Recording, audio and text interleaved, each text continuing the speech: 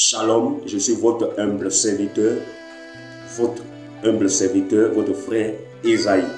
Aujourd'hui, je vais vous expliquer comment les féticheurs, les marabouts volent la bénédiction à d'autres personnes pour les transférer à d'autres personnes.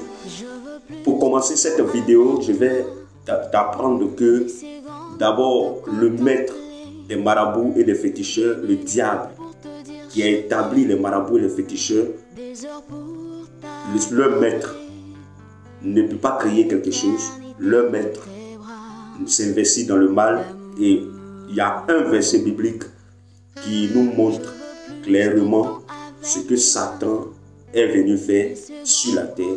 Ce que quand Satan prend mission, ce qu'il fait dans cette mission, il y a un verset, il y a un passage biblique qui démontre ça clairement. Et nous voyons clairement dans Jean 10, 10. Voici le passage. Jean chapitre 10, verset 10.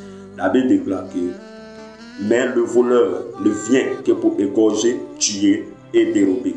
Donc, quand tu lis cette petite portion d'écriture, ce petit passage, tu vas te rendre compte déjà de ce que Satan vient faire quand il prend mission. La Bible le qualifie de voleur, de celui qui égorge, de celui qui tue, le tueur, celui qui tue et qui vole, le voleur. Alors, Satan a un gouvernement et Satan a des agents. Satan a des sorciers sous son contrôle, il a des marabouts sous son contrôle, il a des féticheurs sous son contrôle, il a des mystiques sous son contrôle, et c'est avec ces personnes-là qu'il arrive à satisfaire ses désirs. Satan fonctionne. Ce qui donne le pouvoir à Satan, c'est le vol. Et quand il vole des choses qui sont en nous, quand il arrive à rentrer dans notre vie, quand les portes de nos vies s'ouvrent et qu'il a accès à notre destinée, à notre bénédiction, c'est ça qui les rend puissants, qui rend son monde puissant. Quand Satan tue des vies, il tue le sang pour être puissant. Quand Satan fait des choses, en tout cas, c'est le monde, c'est nous, c'est avec notre bénédiction, c'est la grâce que Dieu nous a donnée, c'est avec cela que lui, il fonctionne, et c'est avec cela qu'il devient puissant. Donc, petite vidéo pour vous montrer comment Satan s'arrange pour voler des bénédictions qui appartiennent à d'autres par les féticheurs et les marabouts et les esprits, les sorciers. Donc, vraiment, mais je vais vous faire comprendre d'abord quelque chose. L'un des principes des agents de Satan et de Satan lui-même, c'est de travailler dans la vie de quelqu'un, prendre des missions, faire des missions sans laisser de traces, faire des missions sans être soupçonné. C'est un principe que tous les agents de Satan doivent respecter. C'est-à-dire quoi? Il vient, il agit et il efface ses traces pour ne pas que tu t'aperçois, pour ne pas que tu saches que c'est eux qui ont fait. C'est ainsi que les humains ne connaissent pas cela. Ils vivent des situations, ils les mettent sur le compte du hasard ou bien d'une erreur qui vient de leur part. Mais laisse-moi te dire que Lucifer travaille avec ce principe-là. Prendre des missions, faire des choses mauvaises sans laisser de traces. Ces choses-là, les féticheurs, les esprits méchants, Satan sait bien les observer. Alors, qu'est-ce qui se passe? Lucifer sait que parmi toute la création, les créatures de Dieu, c'est les hommes qui sont intelligents, qui ont la capacité de penser, de réfléchir et de faire des choses. Maintenant, Lucifer sait que les humains ne vont pas l'accepter dans son état de Lucifer.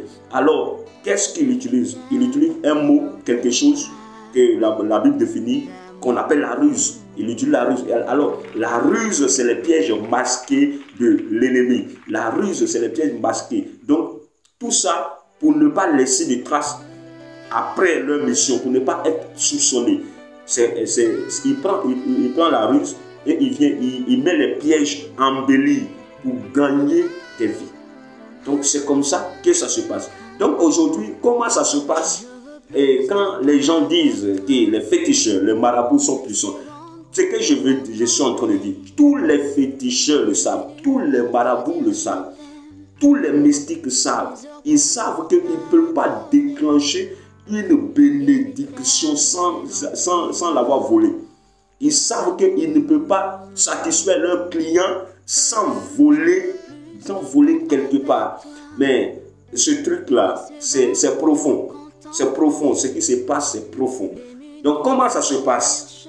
Les gens disent non, tel mystique est bon, tel mystique fait ça, tel mystique fait ça. C'est que les esprits, ceux qui sont mystiques, savent qu'il y a des lois dans cette vie. Que la personne soit de ta famille ou pas. Mais si tu as touché, tu as percé le mystère de cette loi-là, la porte s'ouvre. Il faut percer le mystère. C'est le mystère. Percer le mystère là qui est la clé. Donc une fois eux percent le mystère, ils ont accès à la destinée de quelqu'un. Comment ça se passe? Comment ça se passe? Cela se passe beaucoup par les œuvres de charité. Alors, quelqu'un qui te fait du bien, tu ne peux pas le soupçonner que c'est lui qui est à la base de tes malheurs. Qu'est-ce que je veux dire? Quelqu'un qui te fait du bien, tu ne peux pas soupçonner que c'est lui qui est à la base de tes malheurs. Je m'explique. Par exemple, vous voyez, vous pouvez être dans un quartier et un matin, on dit tel voisin a tué un mouton. Et puis après, il vient chez toi, il te dit, j'ai tué quelque chose et voici ta viande, ta part de viande. Mais toi déjà, quand tu vas te dire, ah, le voisin là même, et le voisin là pense à moi. Or en réalité, ce voisin là, peut-être aller consulter un féticheur, et le féticheur lui a dit, tue un mouton, cherche de la viande et partage. Et même lui-même qui va consulter ne saura pas en réalité ce que le féticheur veut faire. Il ne saura pas en réalité ce que le féticheur veut faire.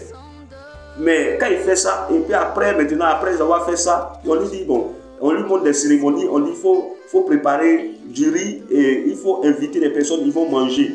Et du coup, quand les humains voient ça, ils disent, ah, il est bon, il pense à moi, il a préparé, il m'a invité, on a mangé. Oh, pourtant, ce sont des protocoles, des clés pour avoir accès pour que la porte s'ouvre sur ta vie. C'est comme ça, tous les sorciers savent ça. C'est pourquoi quand tu vas consulter un marabout, un féticheur, il va te dire toujours, fais ça, pose ça, et partage la viande. Et quand tu vas lui demander, mais pourquoi je veux partager la viande, il ne va pas bien t'expliquer, mais c'est l'hypocrisie. Au fait, les marabouts et les féticheurs n'ont rien créé. Ils n'ont rien créé, mais ils volent ce qui appartient. Donc quand tu fais ça, effectivement, donc, la loi, lui, il sait que la loi, les démons, Satan, lui a prescrit que si une fois le voisin accepte, même ça peut être de l'argent envoûté, on peut lui dire, tu donnes l'argent à telle personne, l'argent envoûté. Donc l'argent la constitue le pas à poser pour que la porte s'ouvre sur tes bénédictions. Alors, qu'est-ce qui va se passer? Donc quand tu prends déjà cela, ils font souvent cela dans des cérémonies, dans des trucs, et ils partagent la nourriture. C'est comme ça que ça se passe. Donc une fois que tu prends ça, automatiquement la porte s'ouvre. Parce que Satan ne peut pas agir sans ta volonté. Il faut que tu participes à ta propre destruction.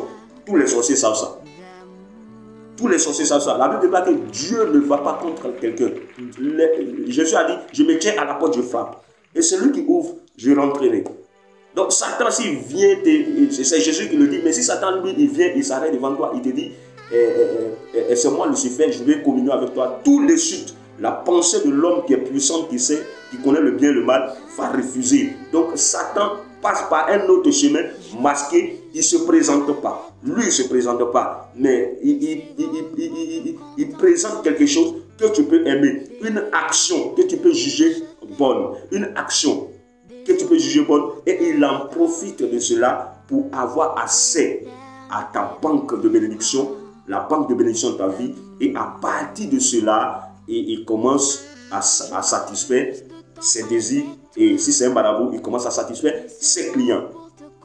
C'est pourquoi tu vas remarquer qu'il y a des choses que tu vois claires dans, tu dis, ça là non, ça c'est une bénédiction que Dieu m'a donnée, mais en réalité, tu ne peux pas avoir cette bénédiction, parce qu'il y a quelqu'un, c'est vrai, tu as l'image, mais la réalité là, il y a quelqu'un qui vit avec. Tu sais que tu devais réussir par là. Tu sais que tu devais réussir ici, mais l'image est en toi. Tu es convaincu que c'était ta chose. Mais quand tu regardes le voisin, quand tu